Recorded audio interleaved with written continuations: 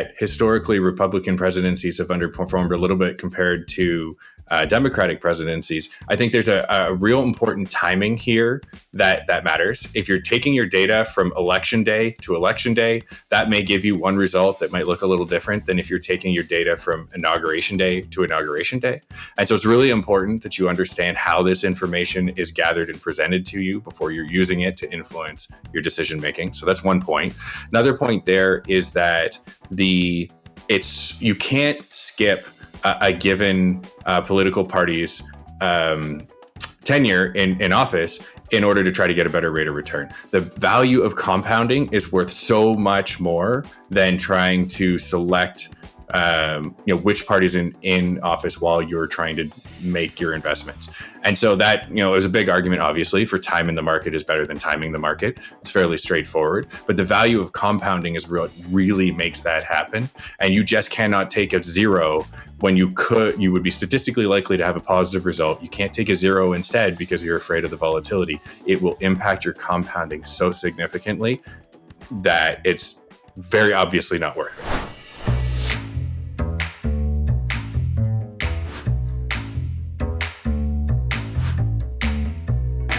Good morning, Adrian. How are you doing this morning? Good morning, Trevor. I am doing well, thank you. I have had roofing contractors on my roof fixing things the last couple of days, so there's been lots of hammering and banging and dropping of shingle bundles onto the roof and any number of noises that I can't explain to you. But all is quiet right now, so with any luck, we're going to be able to knock this podcast out and have a good conversation.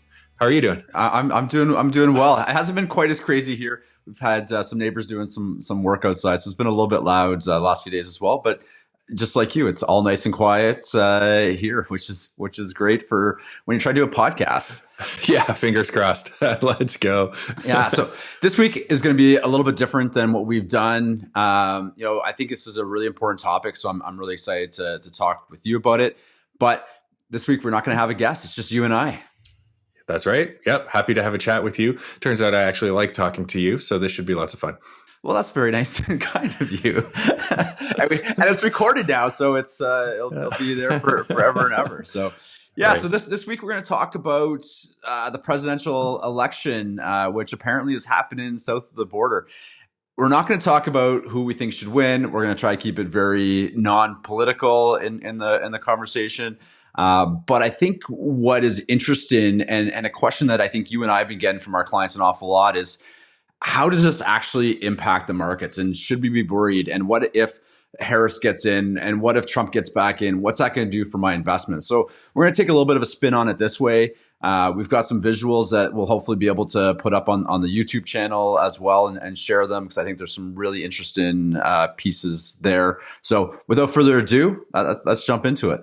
Yeah, perfect. Absolutely. We are definitely not political pundits, so I don't have a whole lot of opinion on the election itself, but I would love to be able to bring some context to the way that our listeners think about markets and the way that markets work and the way that they are influenced and whether the political environment really matters all that much for the way the markets work or not. So definitely let's get right into that. There's this idea for me, I think, that you get more anxiety in the markets and therefore more volatility in the markets in the lead up to the elections. And so I think starts the conversations with our clients where they're asking what they should do, because you get more volatility. You might happen to look at your accounts on a day where they're down a little bit, like that, or you've heard something on the news, not looked at your accounts, still asked, what should we be doing about our portfolios in this, with the political environment at the moment. And that uncertainty really, really plays out as anxiety, I think, for the individual client. Yeah, no, I agree. And one of the visuals that we're going to put up here is showing that VIX index. And this is kind of that fear index is really what it accounts to. And it shows the volatility in the markets. And, what is so interesting and you kind of get it when you take a step back, but it's that uncertainty leading into an election that index just goes skyrocketing. And it's, from, September to election day, up, very, very volatile markets. And then almost the day after, it starts calming down. And I think that is just such an interesting piece that markets can get so crazy, and we see this with a lot of things, right? And it's not just on elections. It's anytime that there's uncertainty, volatility gets crazy, and markets are fluctuating. And then as soon as we have an outcome, good or bad, markets calm down again. Yeah, you got it. Like markets really do not like uncertainty. So basically, any outcome is better than the uncertainty of an unknown outcome. Right. So the same thing happens in geopolitical strife and like all kinds of different things. As soon as there's uncertainty interjected into the market, you end up with volatility.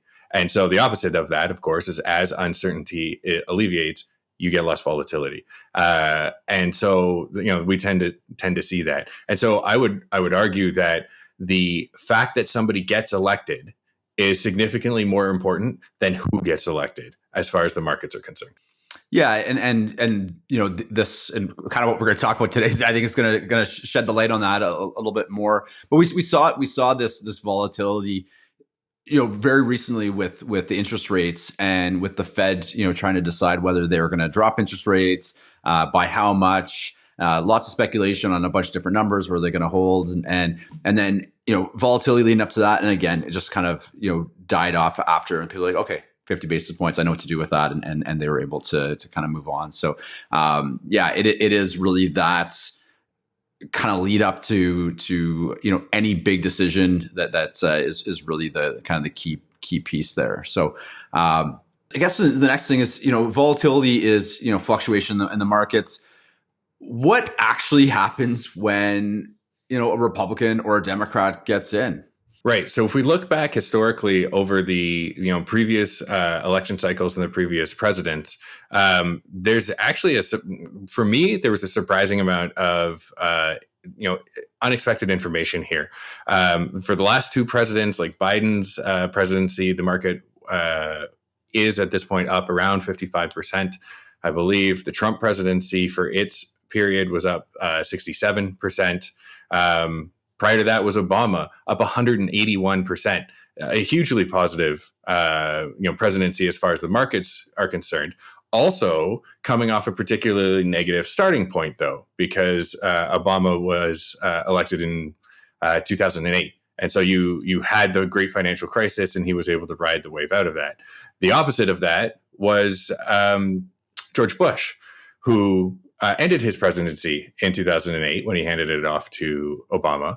And so he was one of only two presidents since, I believe it was 1950, that have had a negative stock market outcome over their presidency. George Bush was one of them. Richard Nixon was the other. And so I find that, just generally very interesting. There's not a clear delineation between like a Republican president and a Democrat president in terms of what the markets do. Yeah, and I think a lot of people would be surprised at how well the markets have performed under Biden. We hear a lot about job creation and a lot of these things being negative to what Biden's done. And you look at all the numbers, and they're actually pretty positive. And you look at the numbers for Trump, they're pretty positive. And and you can kind of keep going back, right? And this kind of goes into just knowing who the president is, going back to the volatility, the uncertainty is probably more damaging to markets than who it is and what color tie they wear on Inauguration Day. As you were kind of mentioned, there was only the two presidents and both Republicans, and I'm not sure that matters a ton. Nixon, was shrouded in controversy, and so that was uncertain for the markets, less so than again the color tie, more on what was going on at that point in time. Bush happened to leave at a really poor time. Obama happened to take over at a really bad time, which was good for markets. And you take a look at Clinton and Reagan and some of these other ones that had over 100% increase in markets. A couple of Democrats and a Republican in there. It's been kind of across the board good markets. And what I find really interesting is that it doesn't seem to matter who you put your money on. If you stay invested over the long term throughout both of them, you're better off. Yeah, absolutely. And at Cherry Hill, we really don't want our clients to think that they just have to grin and bear it no matter what is going on in the markets. Yes, it is valuable to stay invested over time. We have more numbers to share about that in a couple of minutes here, but there are other ways to manage volatility as well. We've talked about it here and there. Our private market securities that we're able to offer through Harborfront Wealth Management tend to have less volatility. And so that's the approach that we take to trying to smooth out the bumps in the road in these shorter term, uncertain events like an election, for example. And the end result there is you still get the same expected rate of return. You just get it with less volatility.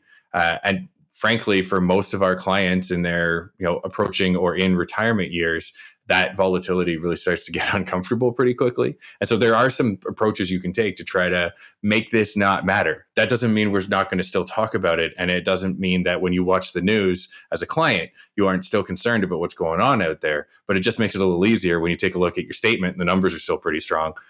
That makes it easy to not make a bad decision when you're, scared or frankly feeling greedy, which is the other side of those equations. Yeah, and it's more hurtful to have those down markets when you are starting to take money out of your investments, and if the markets are down 10 or 15% and you're starting to take money out at a 4 or 5% rate, you're all of a sudden now down 15%. So to smooth some of that out is definitely great. But if you really try to just to time, Republicans are the best. They're, the Democrats are only, and this is hypothetical. This is not my viewpoint. But, if you look at it going, Republicans are good for the markets. Democrats are good for taxes and whatever. If that's your viewpoint and you only invest in Republicans, you have about 3% annualized return on that. Democrats have done slightly better. Again, a lot of it has to do more with what's going on in the economy than I think who's actually in charge. You would have had 5.2% if you invested only during the Democratic time,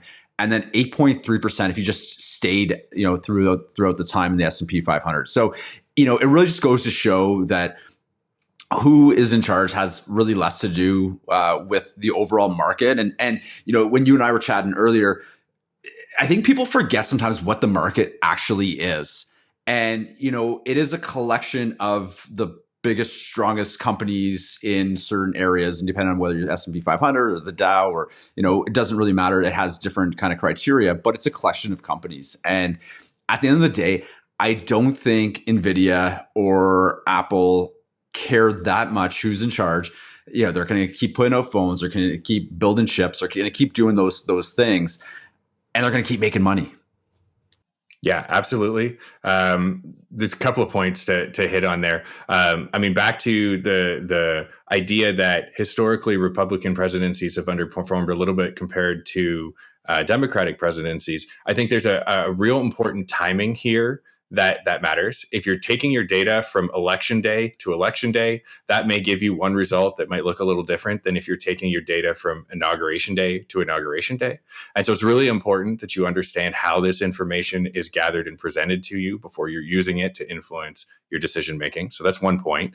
Another point there is that you can't skip a given political party's tenure in office in order to try to get a better rate of return. The value of compounding is worth so much more than trying to select which party's in office while you're trying to make your investments.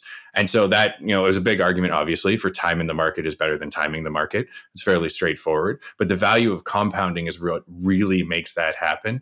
And you just cannot take a zero when you would be statistically likely to have a positive result. You can't take a zero instead because you're afraid of the volatility. It will impact your compounding so significantly that it's very obviously not worth it. Yeah, and timing is so tough to do, and very few do it well at any point in time. And consistently, if you're going to be invested in the markets for 30, 40, 50 plus years as you're getting into and through retirement, trying to time those and get that right, most times is really tough. And you take a look at Obama, who we'd already talked about having, one of the best tenures as far as the market goes. And he shares, there was the two biggest negative days after election day. And he has both of them in 2008, 2012, minus 5.7 the day after he was elected in 2008 and negative 2.37 after he was elected for the second time. And if you just took a look at those numbers in particular, you would think that it wasn't a very good tenure as far as the market returns go. And even further than that, he has the worst market number at almost minus 20, minus 19.94, 2 months after his first election. So, even with all of that going on, it's still, if you just said, which president would I want to invest under, he'd probably be up at the top overall when all was said and done. Yet, early on, it kind of looked pretty bleak, I think, for the markets. And obviously, things turned around. It was the financial crisis. There was a lot going on there. But eventually, things got a lot better, even with a rocky start like that. Yeah, it's still down to the fact that I don't think that the individual president elected really has all that much influence on the markets, to be completely honest. And I think you see that because markets tend to actually perform better when Congress is divided. And so the idea that the less a president might actually be able to get done because of a divided Congress, the better the market outcome, because the market is made up of all those companies, as you mentioned, and those companies just want to know that business as usual is going to continue. And so the less influence that a president has in either direction, and regardless of which president, the better the markets are likely to do, because business can operate as usual. And if you think about the market as, as a group of companies, like some of those companies will probably perform better under a certain president, and some of those companies will probably perform better under the other president, and so or under each party, right? But when you group them as the market, as the S&P 500, or however you're defining the market, probably a lot of that comes out in the wash. And so the market as a whole would perform better without the uncertainty of which president is going to be in power or how much control they might actually have. And then individually in each company as well, they respond to the current environment. And so whether that's a political environment or an economic environment, they look for opportunities, they avoid risks. And so there's some pivoting that might happen depending on which president is in power. But I think the end result is the more consistent the business environment, the better the businesses will do. Exactly. And that comes down when you start looking at how a business actually runs. You're trying to make plans, 12, 18, 24, and sometimes, 10 years out on product launches and where you're going to be, building, as far as, you take a look at Apple, are we going to be doing it in China? Are we going to be bringing it back, to the US, or when are we going to launch the new iPad? All these things aren't just done the day of, that a president's elected. And if they have that certainty and say, okay, I can now put this money into investments, 12, 18 months out, I think they spend the money, and all of a sudden you get more R&D and just better overall returns, as opposed to, are there going to be different taxes, or what are the new import laws going to be? Are there going to be tariffs on some of these things? It's really tough to plan when that uncertainty is there for a business, and having kind of that gridlock a little bit with the Congress and the president, I think is probably, a good thing, and the markets would tend to agree as well. Yeah, it's important too to remember that the markets and the economy are different things. I think the average client, really believes that the president has an influence over the outcome of the markets. And I think that comes from the news media, because it's really exciting to talk about who's going to get elected and what the investment markets are going to do as a result. Yeah. And so there's a lot of discussion around that. I think it's more likely that the particular president that gets elected, or the party that gets elected, is related to the economy as it is just before the election. I mean, we know that the US election is decided by a handful of swing states. And in fact, a few areas within those handful of swing states, there's probably like a few thousand soccer moms that really decide the US election, if it's close enough to begin with. And this year certainly seems like it is. And so the nature of the economy before the election actually can really influence which party gets elected. Not so much that person that gets elected influences the markets. It's the economy and the markets are more closely related than the president and the markets are. And I think people skip that step because it's more fun to talk about the person and the party and the politics than it is to talk about the direct relation between the economy and the markets. Everybody just wants to believe those two are the same, and they're just not. Yeah. And so to kind of start wrapping things up here, because I think there's, a lot there, and, we can get into, employment under, like, there's so many things we can cover under, blue versus red and what actually matters. But I think when you look at all the numbers and you really dive into it, it really doesn't matter the president. You get some volatility leading up to it because of that uncertainty. The more certain anything is, and again, going back to the Congress and presidents and the more certain it is, the more gridlocked it is, the better it is for the markets to kind of do their thing. So, as you're looking to invest and make your decisions on, using this as an indicator, I would suggest not, because it really doesn't matter in the long term. There's a lot more pieces that matter more than who the president is when it comes to your finances and your retirement needs. Yeah, I would agree. Avoid volatility where you can, because I think your typical investor does not want to tolerate as much volatility as they think they can tolerate. And so let's avoid it where we can. Other than that, I think you need to acknowledge that a presidential cycle is going to bring volatility because it brings uncertainty. And we've already discussed why those two things are related. And then you need to understand that somebody will get elected, and that will bring certainty again, and the volatility will abate until some other uncertainty comes up. And it probably won't be politics the next time. It'll be something else. But there's always something bringing uncertainty to the market. We get volatility, and then it tends to work itself out over time. And so patience is important, but reducing the volatility where you can as an investor is a really important step. And that just helps you stay comfortable in your investing journey. Like, at the end of the day, I think that's mostly what we're trying to accomplish for our clients is comfort.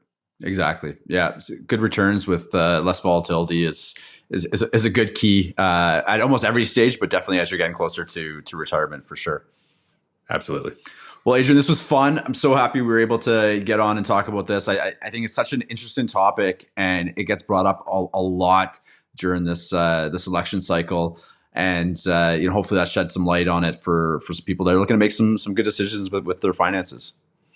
I really like talking about this, kind of the psychology of money, the behavioral finance, the way money and markets influences people, because I think that's really, you can control a lot of that. If you understand behavioral finance and how your responses are influenced by money, then you can hopefully make better decisions. And at the end of the day, that's pretty valuable, a lot more valuable than trying to time the market or trying to figure out which presidency is going to, influence the markets in which way.